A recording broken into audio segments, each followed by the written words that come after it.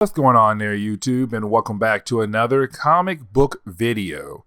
Okay, guys, so we are basically going to continue our coverage over Supergirl, the new 52 Supergirl. Now, I do know it has been a very long time since we covered new 52 Supergirl on the channel, but I felt like we should go ahead and just jump right back into it because honestly, we actually left off right where she's about to become a Red Lantern. And that right there is huge because, matter of fact, when that happened back in the early 2010s and the early New 52 days, it was huge. Like, you have fans really shocked to see that basically Supergirl is now a Red Lantern. And now remember, when it comes to Red Lanterns, they basically represent rage. Like, Green Lanterns represent willpower, yellow is fear, and orange is greed, red is rage. Now, with that being said though, of course, it's a Kryptonian getting a lantern ring, which means that she's even more powerful with the powers of a lantern ring, but also with her Kryptonian powers as well, which of course makes her a huge threat. And so with that, we kind of see what kind of led into her becoming a Red Lantern, where of course she had to fight against the new 52 version of Lobo. Now, the reason why I said the new 52 version of Lobo is for a very good reason. And the reason why, because basically when it came to the new 52, a lot of characters got a redesign. Now, they weren't major redesigns, but there were some parts changed when it came to different characters. Now, when it came to Lobo, he got a huge redesign. And I remember that a lot of fans were not very happy about the idea of how Lobo looked in the new 52. Now, the reason why we actually pick up with Lobo is because he's a major key in why Supergirl becomes a Red Lantern. Now, with that being said, right now we actually do see Lobo hunting down somebody who is basically using his name. And of course, that is a problem. Now, of course, his intel came from somebody who kind of like basically works for him. Not work for him, he works for them, sorry. But either way though, they gave him intel on where he could find this person who was using his name. Now, the person he's hunting down is really the pre-New 52 Lobo, which of course makes things even more confusing when it comes to this storyline. But either way, you do have Lobo very upset that his clientele gave him what seemed to be false information. And so right now, it seems like he's about to go back to his clientele and basically kill them. Now, of course, you do have his clientele tell him, hey, listen, all you need to do is just go to Earth. There's somebody on Earth who can actually help you basically find the person you're looking for. Now, we actually do jump over to Supergirl. And matter of fact, we do see Supergirl right now basically going back to Earth. Now, of course, when she does, she goes to a facility known as the Block. Now, we have seen the Block a few times in our coverage over the new 52. And basically, it's a facility that is located near the core of the Earth. Now, with that being said, it's run by a character known as Dr. Shea. Now, we also have seen Dr. Shea in some videos that we have done in the past. Now, this is Supergirl coming back to Dr. Shea because the last time we saw Dr. Shea was helping Supergirl get over a kryptonite poison that was basically killing Supergirl. Now, Supergirl kind of left the Earth, and so this is Supergirl coming back to Earth and saying like, hey, Dr. Shea, letting you know that poison in my body is no longer around. I was able to actually defeat the poison in my body. Now, the thing is though, when Supergirl arrives at the Block, well, she's confronted by people who work in the Block. The problem is though, every single person on the staff of the Block looks like Dr. Shea. And so for Supergirl, she's kind of like, what's happening right now? Did Dr. Shea make a bunch of clones? But then you have the real Dr. Shea walk out and say, no, there was a recent thing happen where everybody in my building basically now looks like me. It's weird, it's complicated, but let's just move on.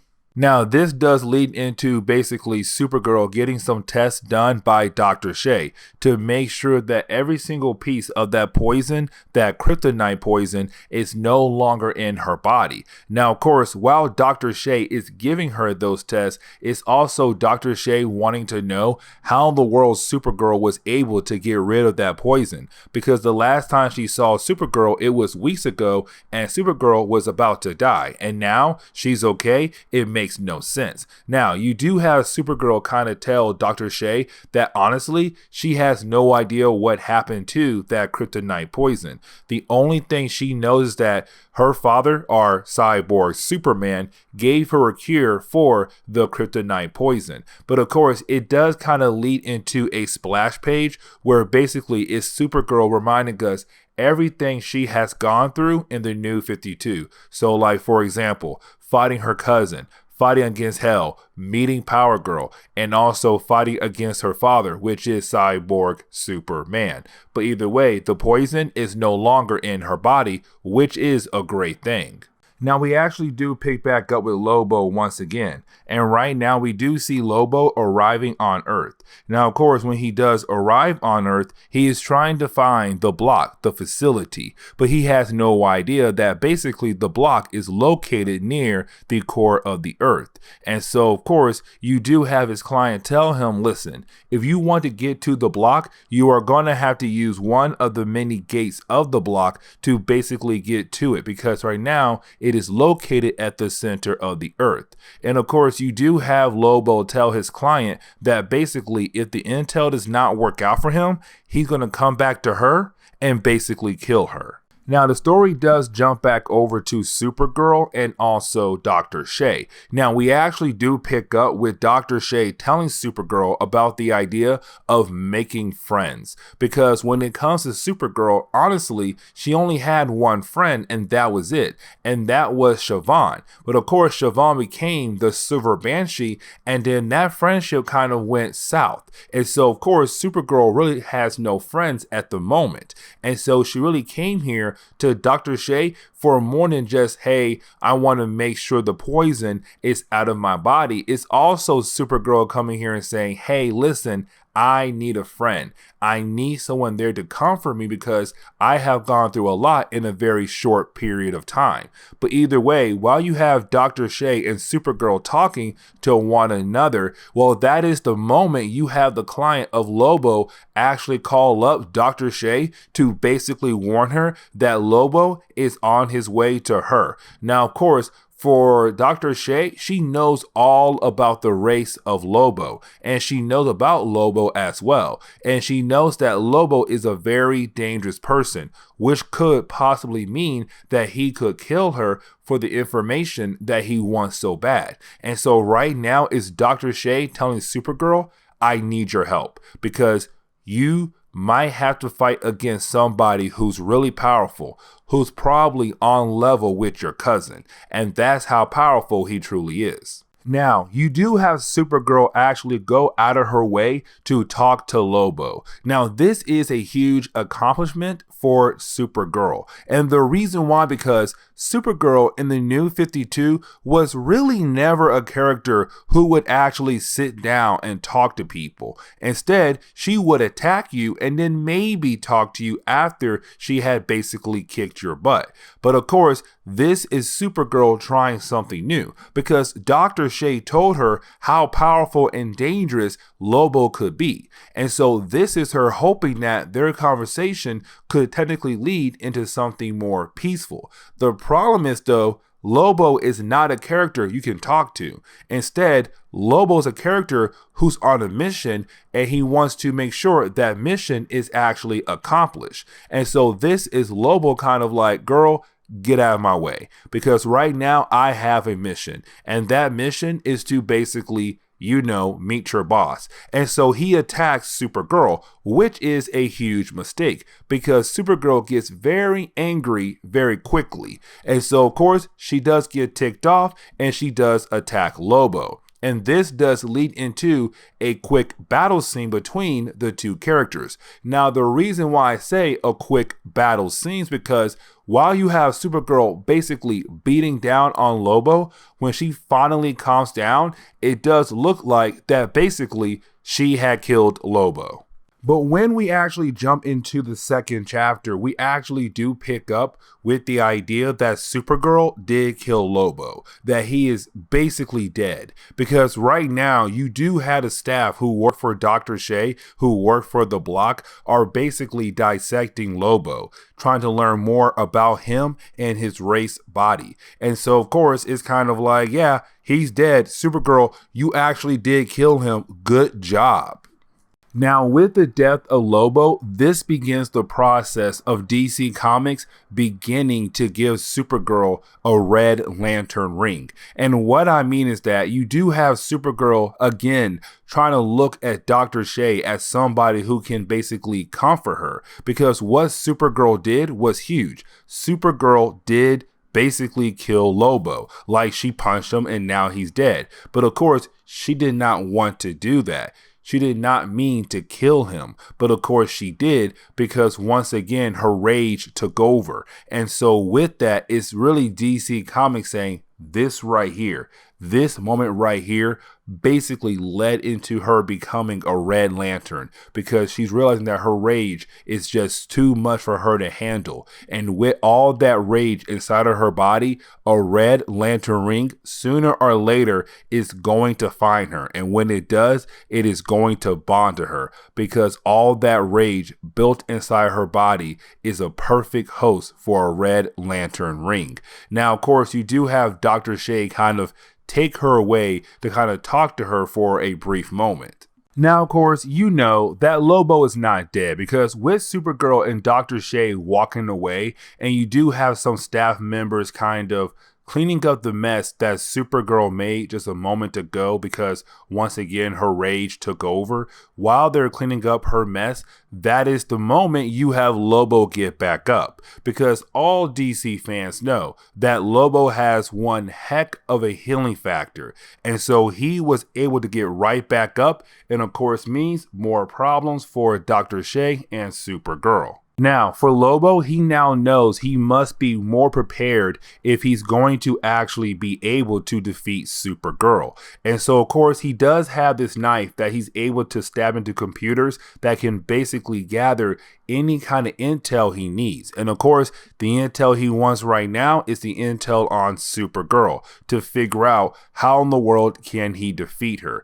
And it does not take him that long to get the intel that he basically needs to help him defeat Supergirl. And so just like that, you have Lobo find Supergirl and Dr. Shea, and he takes out Supergirl just like that. And that is why Lobo is very dangerous, because as soon Lobo knows how to take you on, how to deal with you, he will basically use those things to basically get rid of you very quickly, because you have Lobo use a supersonic bomb to kind of throw off Supergirl to knock her out. And so now it's just Dr. Shea and Lobo. Now, you do have Dr. Shea basically run away, because she knows she has no chance to actually defeat Lobo. And so what she does is that she does turn on a machine as a fusion core or a fusion orb. And this fusion orb is going to be very important, because it's releasing a whole lot of solar energy. Now, of course, for Lobo, he thinks that she was trying to fry him, but he has no idea what that kind of solar energy could do for Supergirl.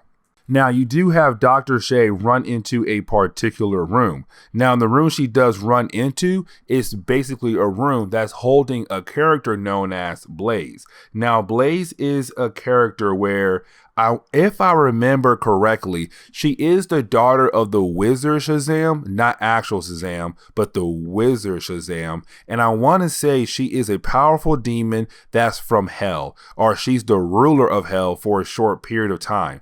There were a lot of things about Blaze that happened in a very short period of time, but I want to say DC kind of stopped using the character for a good period of time. I could be wrong, but either way, Blaze is the daughter of the wizard Shazam, and she's also, I want to say, used to be the ruler of Hell. Now, with that being said, it's Dr. Shay hoping that with Blaze being in this room, trapped inside this room, that she could use Blaze to stop Lobo. And of course, right after she kind of asks Blaze for help, well, that is the moment you have Lobo appear in the room to, again, capture Dr. Shay. Now, guys, you have to remember though, when it came to Dr. Shay, she basically turned on some kind of fusion orb that basically powers up Supergirl because it was a high amount of solar energy, yellow sun solar energy. Now, the reason why I'm telling you this right now, because at the end of the second chapter, the whole Blaze thing gets thrown out the window. Like literally, you have Dr. Shay going to Blaze for help, and by the next page, it's kind of like, well, Blaze is no longer here. It comes down to Supergirl. And so right when you have Lobo about to kill off Dr. Shay, not really kill her, but he's telling her, I only came here for intel. That is it. I didn't come here to fight you. That is the moment you have Supergirl reappear, and Supergirl is very angry. Like literally very, very angry. Now, getting into the third chapter, we actually do pick up with the Red Lanterns right now, sending out a bunch of Red Lantern rings. Now, of course, these are the rings that are going around space right now to recruit new Red Lanterns to join the Red Lantern Corps. And so, of course, one of those rings is going to find Supergirl.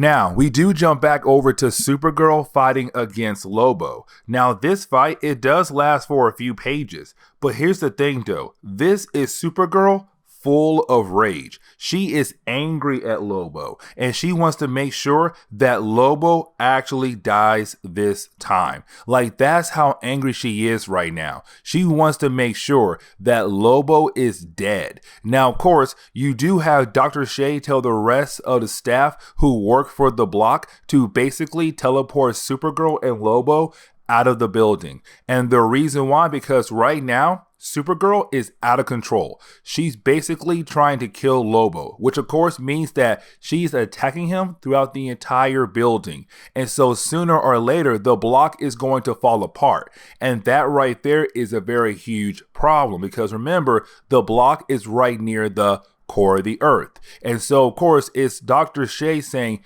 you have to get rid of Supergirl and Lobo right now. Take their battle outside of the building right at this moment. Now, with their battle being taken outside, of course, that means that now Supergirl can cut loose because Supergirl is tired of Lobo. She can now cut loose. But here's the thing, though. You have Lobo now trying to do what Supergirl tried to do earlier, which is talk to her because Lobo realized that really he does not stand a chance against Supergirl, especially with the fact that she is out of control. She is full of rage. Now, you have Lobo try to reason with her to say that he actually understands what she's going through, that everything she's been through is kind of like how his life has been. It's him trying to basically compare his life to hers, but to also reason with her, to kind of build a bond with her, to hopefully calm her down. But here's the problem though. It's Lobo talking in a way where it seems like he knows everything about Supergirl, and Supergirl hates that. She hates the idea when people try to say, oh, I know what you need. I know how you are. I know how you feel. It's her saying, no one knows how I truly feel at all. And so you have Supergirl just get even angrier.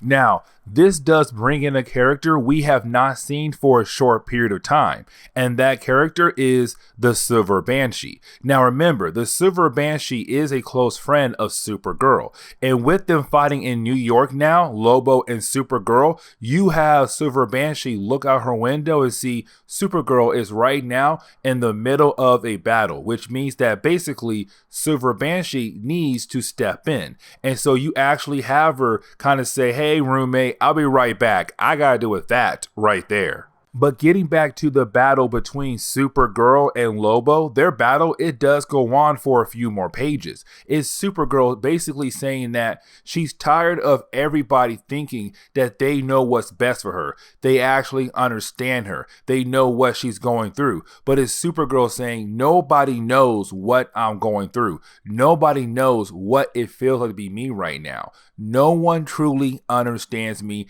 and I do not belong anywhere. And so she basically continues to beat down on Lobo. And dude, I feel bad for Lobo because he's like, oh my gosh, this girl is whooping my butt. Like, I need a breather. But Supergirl is like, nah, bruh, you ain't getting no breather. I'm going to continue to beat down on you. And so you have Supergirl just beat down on Lobo over and over and over again to the point where he's now on the ground basically knocked out. And she's all like, I don't belong to anybody or to any place at all. And of course, that is the moment you have a red lantern appear. A red lantern ring appear, where the ring says, Supergirl, you belong to the Red Lantern Corps.